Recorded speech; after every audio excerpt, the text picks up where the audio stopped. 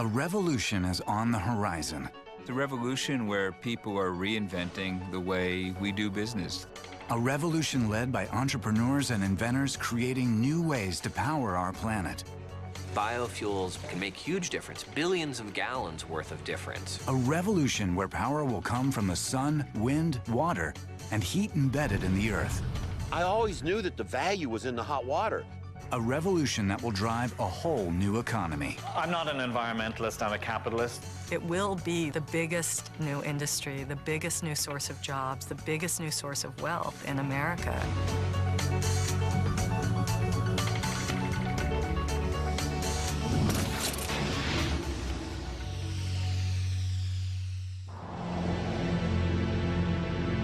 One of the new frontiers in harnessing clean energy is an old one, the Alaska wilderness.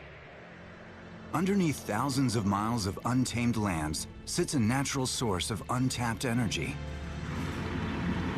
Tourists have been making the pilgrimage to Chena Hot Springs west of Fairbanks for over a century. The warm waters are said to cure everything from arthritis to rheumatism. Welcome to Chena Hot Springs. Go over and use the water. You're going to feel 10 years younger. When Bernie Carl decided to build a hotel here, he had a different vision for the healing waters.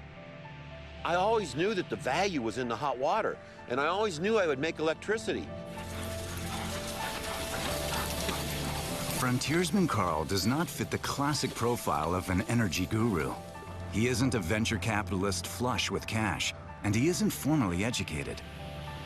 Yet today, he is a celebrated pioneer of geothermal energy. 500 gallons every day of oil I'm replacing. Everyone says, why do you do this? Why do you do it? I do it for my grandkids. Entrepreneurs like Bernie Carl see opportunity in the gathering forces of a perfect storm. A deepening recession, a dangerous dependence on foreign oil, and an environment that, according to scientists, is on the brink of disaster.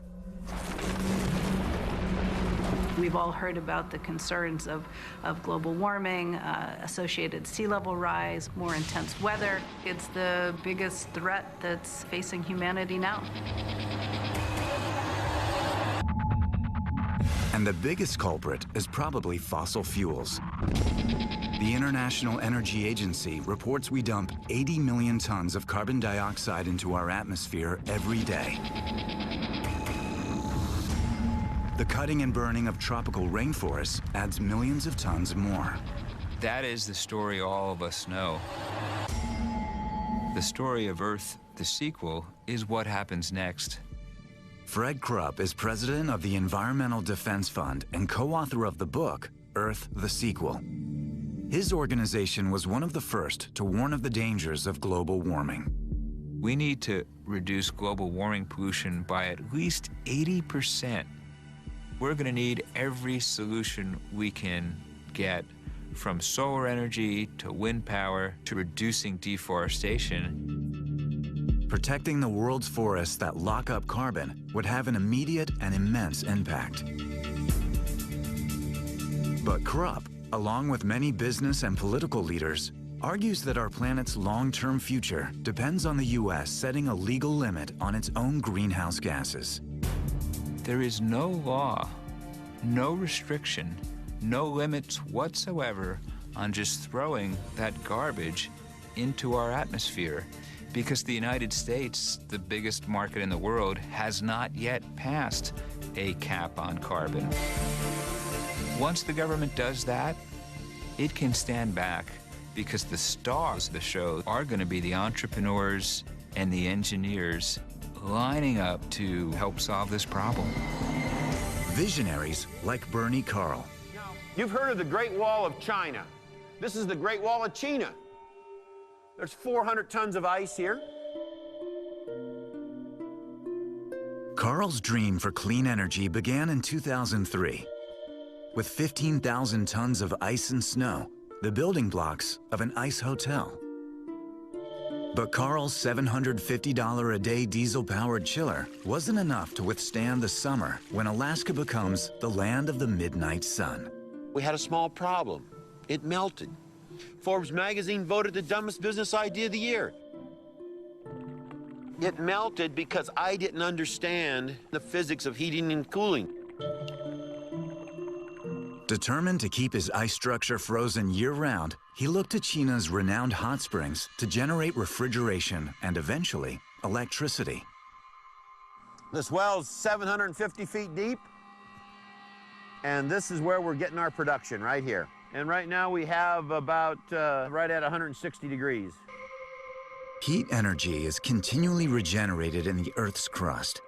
Where underground water comes in contact with deep hot rocks, it can reach 700 degrees.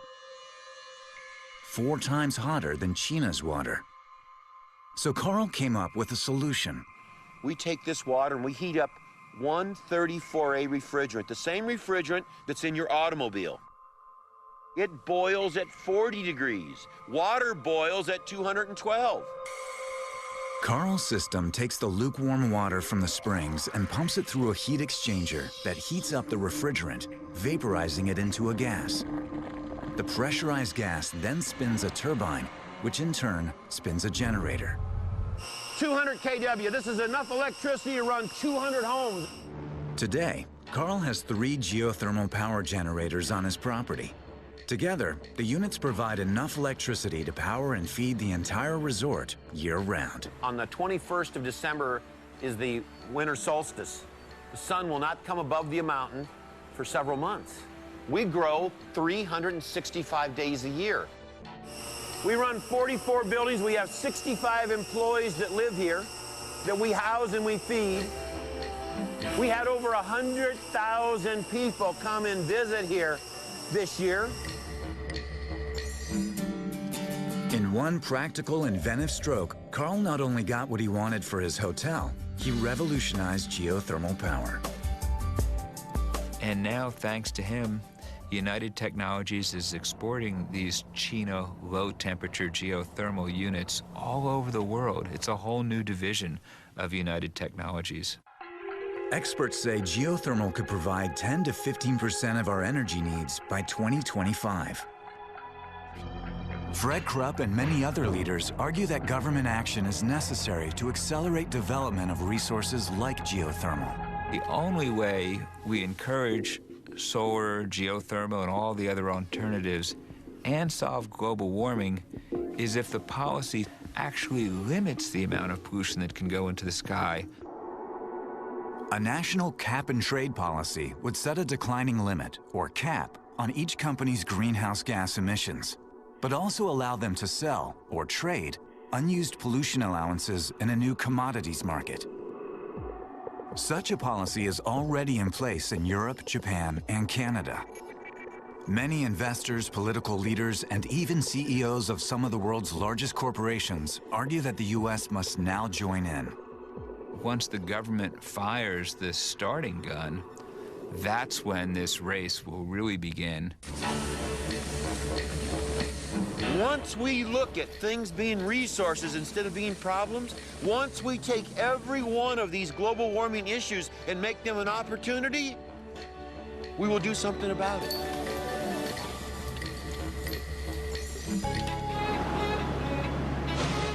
In the heart of Silicon Valley, an Irish physicist is revolutionizing solar energy one molecule at a time. This is a completely radical way to think about how a semiconductor material can be deployed. Coming up next. In a dusty corner of the Nevada desert sits the largest collection of solar panels in North America. The installation, housed on Nellis Air Force Base, stretches over 140 acres of desert. We're seeing about 5.8 million cells built into 72,000 panels. Matt Cheney is the CEO of MMA Renewables, who developed a bold new business model to install the panels that supply over a quarter of the energy needs of the base, carbon-free. It's like planting 260,000 trees. It's like taking 185,000 cars off the road. If we think about the energy system of the future, I think we're going to have a combination of renewable energy resources, and number one is the sun. There's 10 times more sunshine that hits the Earth every single year than we need for all of our energy consumption. There are many ways to capture the sun's energy. Photovoltaic solar cells like these are the most widely used. When sunlight shines on these cells, the energy of the absorbed light knocks electrons free. The freed electrons create an electric current. A conductive grid carries the current across the surface of the cell. A great benefit of solar energy is that its output peaks when the weather is sunny and hot, precisely the time of day when power is needed most. We call that the good match, meaning that we produce power when you're using more of it. All that clean green energy, however, doesn't come cheap. The upfront cost to make and install photovoltaic panels is steep, and at this scale, it can be overwhelming. It's a very large investment, costs over $100 million to build. Cheney's company finances, owns, and operates the solar farm, and then sells the power directly to the Air Force at a fixed rate for 20 years. For the Air Force, there is no upfront cost. We raise capital and debt and put it all together into a package. It's a financial model that Cheney is rolling out nationally. Doing something like this not only makes sense, but is effectively a low-risk proposition.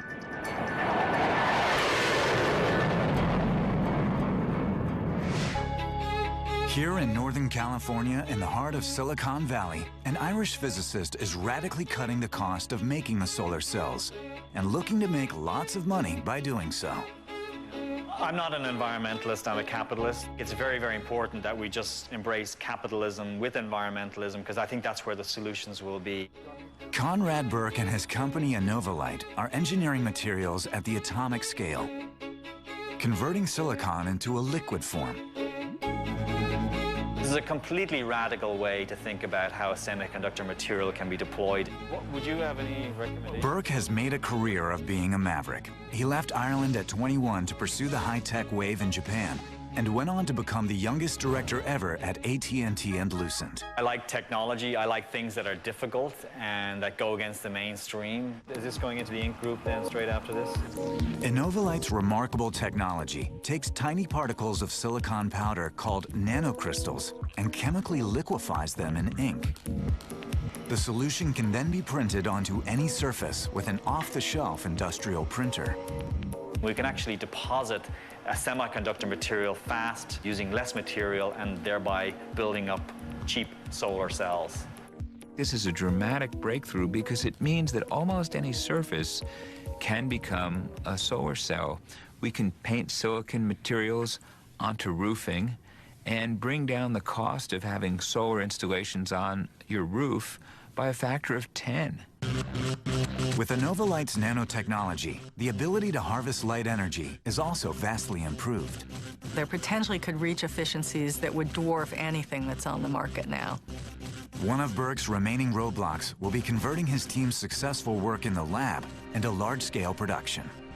While there are a lot of naysayers and a lot of people will say that won't work or that looks way too difficult, we have continued to buck that and say, we're going to do it, we're going to accomplish this, and we have, and we will.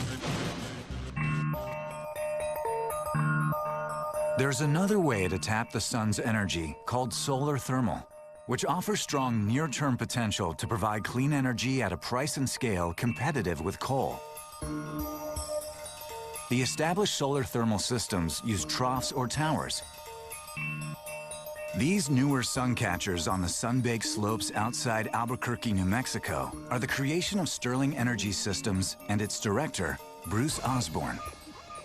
I was a young engineer at Ford Motor Company. I was one of the original solar pioneers that came up with the concept of combining a parabolic dish concentrator and a heat engine to generate electricity. Sterling Energy Systems has now been quietly perfecting the technology over the last decade so that it'll be scalable for utility-scale solar.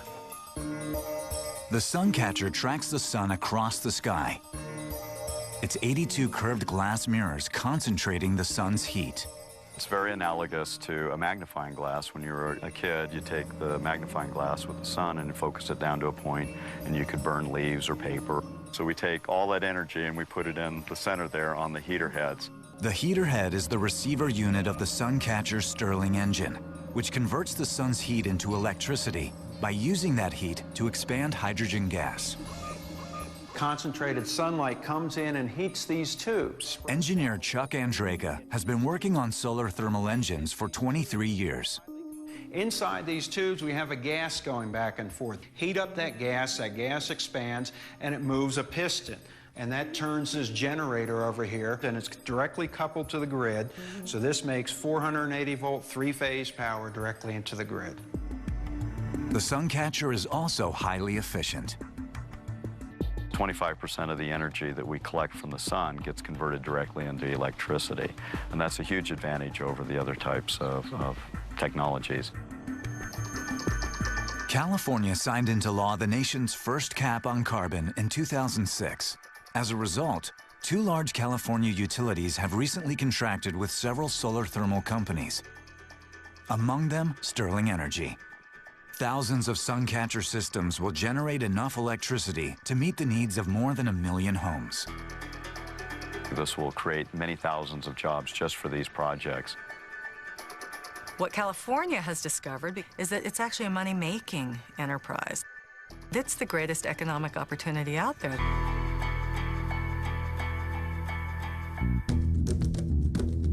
Growing big wind in Texas. Sweetwater's probably the #2 community in the world for wind energy. Coming up next. In the race to harness renewable energy, nothing can catch the speed of wind. It is one of the fastest growing and most widely used electricity sources in the world today. Giant wind turbines are not only radically transforming the power system, they are changing the very landscape of the wind-rich plains. Before the wind turbines came to this area, it was mainly ranch work and small construction jobs. When wind came, lots of job opportunities came up and of course, a lot better pay. Larry Kenny, a Mitsubishi wind technician, leads a maintenance crew on a wind farm in Sweetwater. Here at Sweetwater Phase 4, we're responsible for 135 Mitsubishi turbines. Each one of these wind turbines generates 1 megawatt of power. Growing the wind industry in Sweetwater was the vision of Mayor Greg Wortham. Here, there were some of the largest projects in the world, and no one in the region seemed to be talking about it. We weren't promoting ourselves to gain the manufacturing jobs. Just a few years later, Wortham's Texas-sized ambition was realized. Nolan County, where Sweetwater is located, is now the #1 wind market in America, currently producing over 2,500 megawatts of power, enough to power up to 750,000 homes. Wind has taught some really important lessons. We can come down the cost curve, we can deploy this stuff on scale, but that only happens if there are policy supports for it. Modern wind technology has not only come a long way from its roots, it has continued to evolve. These turbines soar over 200 feet, or some 20 stories, into the Texas sky. Just installing them is an enormous and expensive undertaking. Kenny's job is to keep them in good working order. We're in Roscoe, Texas, up top of Mitsubishi 1000A. We're at 220 feet. This is the main shaft of the turbine. Goes here into the gearbox. Has a high-speed shaft in the back that ups the RPMs that goes into the generator where the electricity is produced. The electricity is then transferred to a substation where it is sent to the power grid. This wind turbine is basically a robot. It tells itself what direction it needs to be pointed to, when to stop itself, what pitch the blades need to be to get the most generation of electricity. Even with an established technology like wind, there are still great challenges. Wind is a tremendously large resource. There is about 60 times more wind energy than we humans use today. But like sun, it's intermittent. If you're going to use wind for a big part of your electricity supply, you need a way to store that energy for the times when people need it. One company, General Compression, is developing dispatchable wind power systems that compress air to high pressure, then store it underground. They may unlock the secret of storing wind, but there is another challenge wind faces: transmission. Moving the power from the turbine farms in the Central Plains across hundreds of miles to major urban centers is costly, and the power grid is out of date. The traditional transmission system is set up for 50 years ago or so, where power plants were close to the loads. The wind is out in remote rural areas of the Great Plains, and so transmission grids have to be designed to service those metropolitan areas. Dallas, Fort Worth, San Antonio. The next 7 years, they'll have a lot of it done back to the big cities. One way to bypass the transmission challenge is small or urban wind projects that generate power for local usage. At this site in New York City, 6 silvery turbines feed power directly to the Brooklyn Navy Yard. That's the beauty of small wind. It's used on site. You don't have to worry about transmission. Paul Glennie is head of AeroVironment's architectural wind project. His ambition is simple: to use the company's expertise in aviation to create a turbine that is sleek and low impact. Everything we do is about efficiency, performance. And so in all of our businesses, from the unmanned aircraft systems to the efficient energy systems, everything is all about doing more with much less. Glennie's turbines exploit the flow of wind over the edge of a building. We found that a building creates a chimney effect. If you've ever stood and put your hand over a cliff, you've felt that upflow of air. Well, that's accelerated wind. If we can leverage that accelerated wind, we can also create more electricity. We place it on these low-profile, low-aspect ratio buildings, such as factories, big box stores, office buildings. If you know where that accelerated wind flow is coming from, you can actually point the wind turbine into that accelerated wind flow. Architectural wind turbines feed power directly to the power system of a building. When the customer isn't using power, the wind's energy is sent to the grid. If you're not using electricity in the building at the time, it will actually turn your meter backwards. And is that going to add cost to the system, or? No, it should reduce cost, if anything. Architectural wind's greatest challenge is bringing its product to scale. We need consistent, long-term federal policies that will give the market a signal for 5 years, 10 years, 20 years that says we are making a commitment to renewable energy. Then the customer can decide what technologies they want to employ. The fact that the price of producing energy from wind turbines has been dropping, and the fact that wind is readily available makes it a big part of America's energy future. Harnessing energy in challenging waters. We were living literally in survival suits during that time. Coming up next. Of all the frontiers being explored by the new energy prospectors, the oceans and tidal straits may be the most uncharted. A marine environment is a terrifically challenging environment to work in. Water is about 850 times more dense than air. Then with the speed of the current, that's tremendous forces.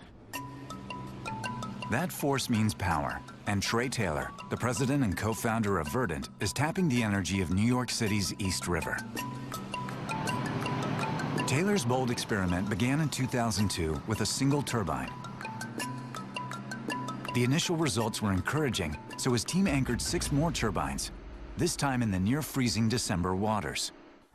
Probably one of the coldest times in New York, and so it was ice on our vessel and ice on our helmets, and we were living literally in survival suits during that time. Almost immediately, there were setbacks. The tremendous pressure of the tidal water began to break the turbine blades, forcing Verdant to pull the turbines out of the water. The blades didn't break all at once. One would break, then a few days later, the one beside it would do the same.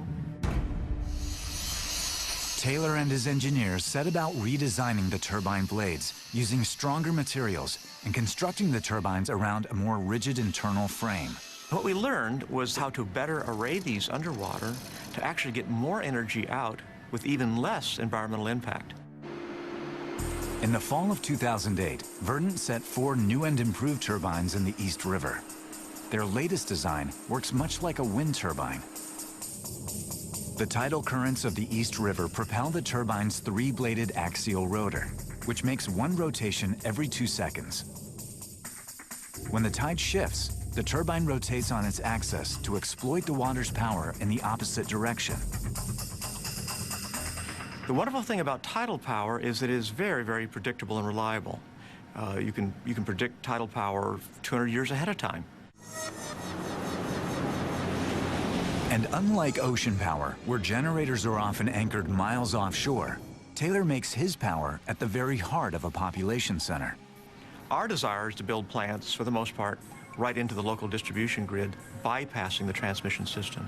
Right now, the electricity generated from each 35-kilowatt tidal turbine is powering a nearby parking garage and grocery store. So everything we're designing is keeping local resources in mind.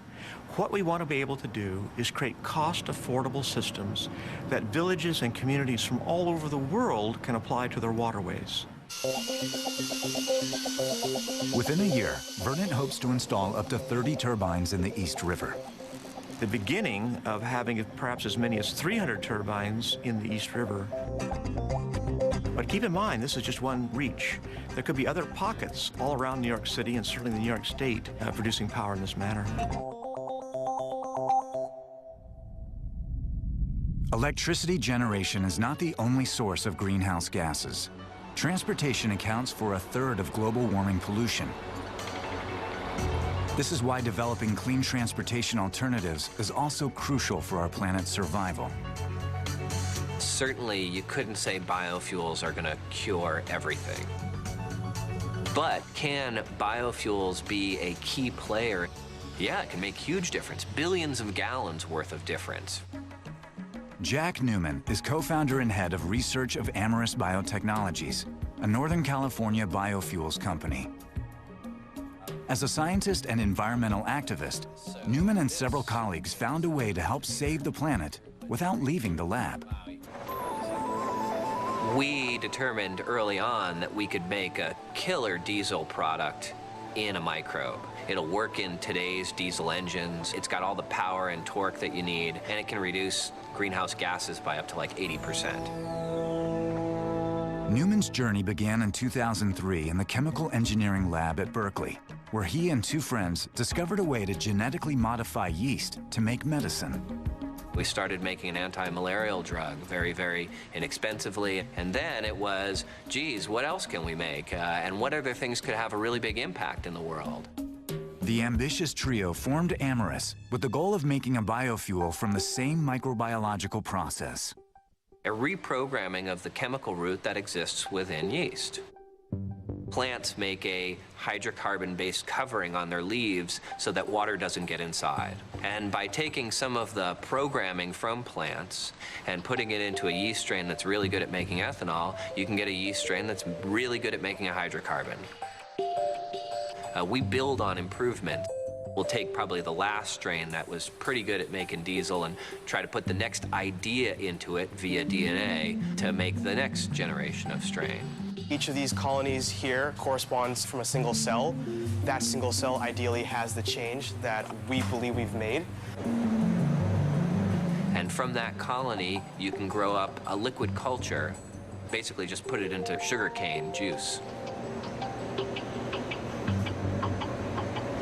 What we're seeing is the relative size here of the production strain of yeast, all of these small spheres here. These larger spheres are accumulated fuel. Once you get a hit, something that's better, then you move into a fermentation tank that's, about the size of a bread box. That idea that you had, manifested through DNA and expressed in yeast, ends up turning sugar into fuel. Well, this is our fuel, and this is petroleum diesel fuel. There are more impurities in this one than in this one. That's a much purer product. Corn ethanol has captured the lion's share of federal subsidies in the U.S., and vast tracts of land have been diverted from growing food to growing corn for ethanol. But it has distinct drawbacks. We quickly came to see that it was not a good idea to be burning food to make energy. Newman and his team use Brazilian sugarcane to make their fuel because it is the most efficient and inexpensive feedstock currently available. They are partnering with a Brazilian company to build their first large-scale biorefinery. There's an entire infrastructure built out around making billions of gallons of fuel in Brazil. Already, Amyris is producing fuel in its new pilot plant. And by 2010, they hope to be able to produce fuel on a scale that can compete with traditional fossil fuels at less than $2 a gallon. To actually have a hit that gets you to production scale, you just pinch yourself. It's amazing when it works. Science is amazing when it works. Coming up next, making fuel with enzymes found in the most extreme places. And the ultimate green sports car.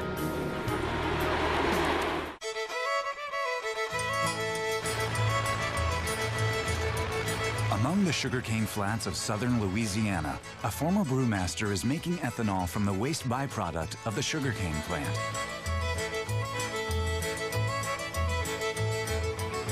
I was making beer then, and we're making beer now.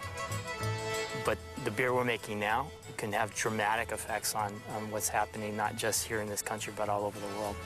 As Director of Technology Development at Verenium, Russ Heisner brings his experience brewing beer you drink to the brewing of ethanol. A lot of the process engineering and the basic design work is something that you might find in a brewery. But what's different is Verenium makes its ethanol from bagasse, the pulp or dry waste left after the juice has been squeezed from the stems of sugarcane and other fibrous crops. So the food for fuel conflict isn't an issue. Cellulose is every plant matter you can think of that you can't eat. It's wood, it's corn stalks, it's corn husks, it's grasses, it's leaves. All of that indigestible plant matter is composed of cellulose. At Verenium's plant, the biomass is pumped full of water and acid, then exposed to heat and pressure, creating a steam explosion that splits the tough fibers and spits a sugary syrup into one tank and a cellulosic mass into another. Rare, powerful enzymes break down the tough strands of cellulose into fermentable sugars. Microbes then turn the sugars into ethanol. The secret to Verenium's technology is the enzymes.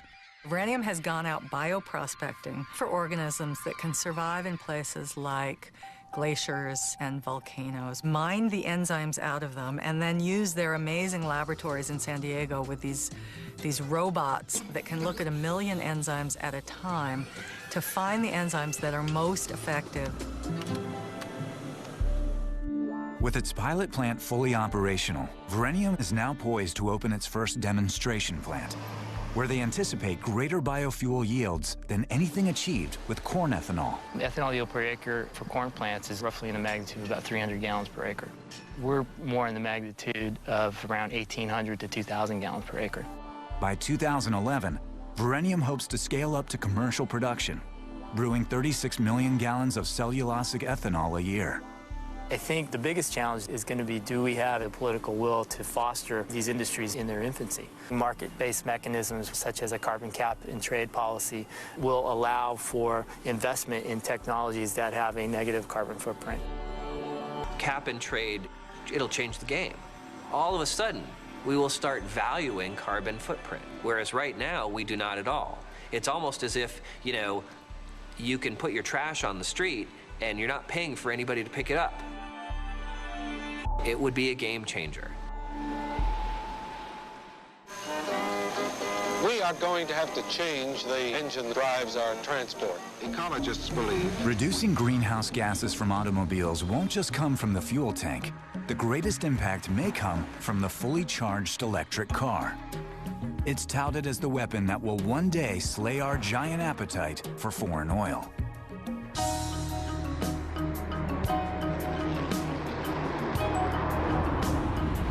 With history stacked against them, Tesla Motors set out to prove that an all-electric car can be powerful, sleek, and green. The Roadster is all that and more. 0 to 60 miles an hour is 3.9 seconds and a range of 244 miles per charge. So that makes it the fastest and farthest production electric car ever produced. Tesla Motors was funded by the visionary entrepreneur Elon Musk, who made his billions selling his high-tech creations Zip2 and PayPal. Next, he built SpaceX, a private rocket-building company.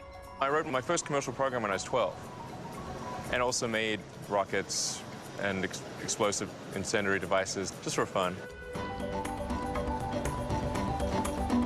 With no prior car experience, but an abundance of determination, Musk is now chairman, CEO, and product architect of Tesla Motors. With its headquarters in Silicon Valley, in many ways, Tesla sees itself as a high-tech company. The value I saw in helping create Tesla was accelerating the transition to electric cars. Musk sees his Roadster as the bridge to a whole new generation of electric vehicles. With a sale price of $109,000, Pick a technology, I guarantee you it started out expensive and it got cheap over time. Gasoline cars, jets, computers, any new technology takes time to optimize. despite its many remarkable advances, Tesla has had serious setbacks. After numerous delays and funding roadblocks, the company was forced to cut over 20% of its workforce and suspend the launch of its lower-priced sedan. In the meantime, Tesla has already had a huge impact beyond the 50 cars it currently has on the road. It helped inspire General Motors to build the Chevy Volt, a plug-in electric hybrid scheduled to hit the market in 2010. Another Silicon Valley technology company is fast coming up in the rearview mirror. Dan Riker is head of Google's Recharge It program. The whole point here is to encourage the large auto companies and hopefully some new small ones as well to begin making plug-in vehicles and getting them to market in a big, big way. The Recharge It program takes regular hybrids and converts them to plug-in electric vehicles for use by Google employees. The fleet is powered with solar panels installed at Google's headquarters. Months of study by Riker's team attest to the converted plug-in's high efficiency. Plug-in Toyota Priuses, in terms of their mileage, are 70, 80, 90 miles per gallon. Typically, a non-plug-in is about 45 miles per gallon. Google's latest experiment is in vehicle-to-grid technology, which will one day allow a utility to tell a car's battery when to charge and when to send electricity back to the grid. Right now, the electricity load drops really low at night and really spikes during the day. If you can level out that load, in part by having this storage system where you can tap this stored electricity rather than firing up another natural gas plant, you'll get rid of a ton of carbon emissions, many tons. Whether the solutions come from Silicon Valley or Detroit, one thing is clear. The more entrepreneurs stepping up to create the car of the future, the better. We do need to cap climate emissions. It will provide major stimulus to the kind of important technological changes we need to make: more plug-in vehicles, more renewable electricity, more energy efficiency. If you're trying to accelerate the progress of an industry, those government incentives can be very powerful and really make the difference in whether we become a sustainable energy economy in 20 years or 40 years. Coming up, the electric grid of the future.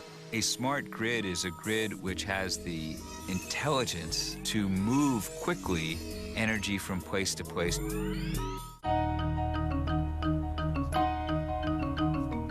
Boulder, Colorado is not only a nice place to live, it's one of the first cities in the nation working to make its electric grid smart and interactive, like the internet. A smart grid is a grid which has the intelligence to accommodate a variety of intermittent sources of energy and to move quickly energy from place to place to respond to changing consumer needs. Sensors installed by Xcel Energy throughout Boulder's transmission system enable the grid to sense its own strengths and weaknesses, much like a living organism. We now see on our system for the first time all of the devices on the electric grid, and we're able to go out proactively and replace them before they fail.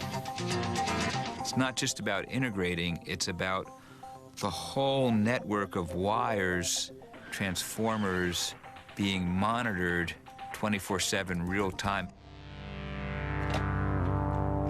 Smart meters installed in homes and businesses help consumers use less electricity and buy it when it's cheapest and cleanest. I have a custom dashboard, a web portal, and it's updated about every 15 minutes or more. And I can change the temperatures so that I can save energy and save on my energy bill.